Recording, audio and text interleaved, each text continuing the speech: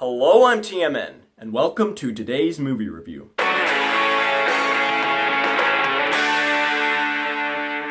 Before I begin this review, I would like to clarify that there are only going to be 3 reviews this week: Monday, Wednesday, and Friday. And the reason for that is I have got a special project coming up that I've been tasked to edit, and I'm going to need a break from movie reviews for a while. So after Friday's video, I will not be posting for a little while, so don't be alarmed, don't unsubscribe because I'm not posting often. Just little heads up. But anyways, on to the review. Any trouble, boy? No, old man. Thought I was having trouble with my adding.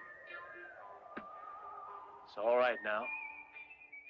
For a Few Dollars More is technically the sequel to A Fistful of Dollars. Now, I don't believe that this series was ever officially labeled as a trilogy until it was released in America, because ultimately none of these films really have a connecting story. They're just 3 separate films that just happen to star Clint Eastwood and certain other similar actors. But anyway, this film was released in 1965, and a little clarification because I have been getting some pretty nasty comments on my last video. Fistful of Dollars was actually released in 1964. It wasn't released in America until 1967, which I got wrong. I'm kidding, I don't get any comments on my videos. Hey, I only have 15 subscribers right now. Anyways, hey, I'm not perfect. But this film stars Clint Eastwood, Lee Van Cleef, and once again, because I don't want to mess his name up, I'm going to use his American name, John Wells, in a story that involves 2 bounty hunters working together to take down a notorious criminal and his gang. Now, I have only seen this movie once, and it was on TV about a year or 2 ago. So, in comparison to the first and third film in this trilogy, I will probably have the least things to say about this one because I don't remember as much about this one. I do, however, remember really enjoying the relationship between Lee Van Cleef and Clint Eastwood's characters. As with most of Sergio Leone's spaghetti westerns, the relationships in it are not always on an easy level, and For a Few Dollars More is no exception. Each bounty hunter is trying to take down the same guy. But obviously being a bounty hunter is a risky business, but it does pay off very well, so naturally they wouldn't want to exactly share their reward. And ultimately it turns into a game of cat and mouse, and basically seeing who can take them down first.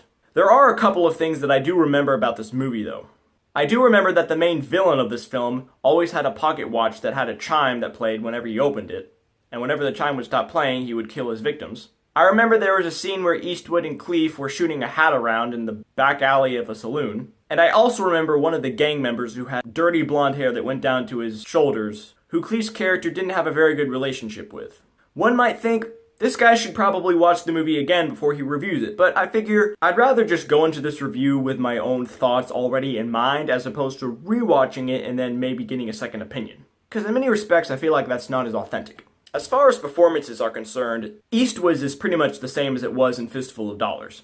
He's still got the trademark squint and all that, but his character is still pretty mysterious and has an overall intimidating feel to it. Cleef's character definitely brings a sinisterly comedic side to his character, and you definitely cannot go wrong with that nose. This guy was born to play villains, especially in westerns. However, as with Fistful of Dollars, I've got to say that John Wells takes the top notch as the best actor in the film. In the next and final installment in this trilogy, Sergio Leone was actually considering using him as the villain again. However, because of scheduling conflicts, they had to go with Lee Van Cleef as the role of Angel Eyes.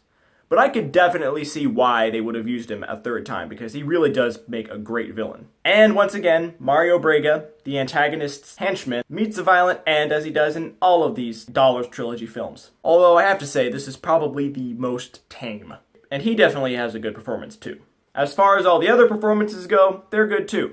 They play about how you would expect 1965 spaghetti western actors to play the roles. It's got a very dark and gritty undertone to the whole story and the way everything plays out. But that's what I like about these films, is because they don't always portray the western society as most of the films of that period may have portrayed it. It's violent, relentless, and above all, greedy. But on to the music. Ennio Morricone once again composes the score for this film. And of course, once again, it is extremely catchy. The only downside to this score is of all the films in the Dollars trilogy, this is probably the least memorable. Of course, the main theme itself is probably the only one that you are going to remember after finishing the movie. However, at least Fistful of Dollars had maybe one more song that had some bit of memorableness to it. This movie does have the main theme, but apart from the chimes from the pocket watch, which I don't really count as a song, the rest of the music is ultimately just for background. And even though I've said this many times about many movies, it does fit the movie very well, though. I certainly don't watch the film and think, this music doesn't really fit, so I can give Ennio Morricone credit for that. But I am definitely excited for the next film in this trilogy because, not to get too far ahead, that definitely has the best music of the entire series. Overall, from what I remember about this movie, I certainly enjoyed it. It's got great banter between Eastwood and Cleef's characters. Wells kills it as the villain, literally and figuratively. It's got just enough humor mixed in with its dark undertones to not make it too extreme. The performances are good, the music's good. So far, this is a series that just seems to be getting better and better with each film. Altogether, I would rate For a Few Dollars More. Well guys, that's about it for today's review. Be sure to tune in Wednesday for my review of The Good, the Bad, and the Ugly. If you enjoyed this video, be sure to hit that like button. Also, click that little bell icon to be notified whenever I post. Leave a comment down below telling me your thoughts on the film. Don't forget to share this video with your friends and family. And as always, subscribe. I'm TMN, and until next time.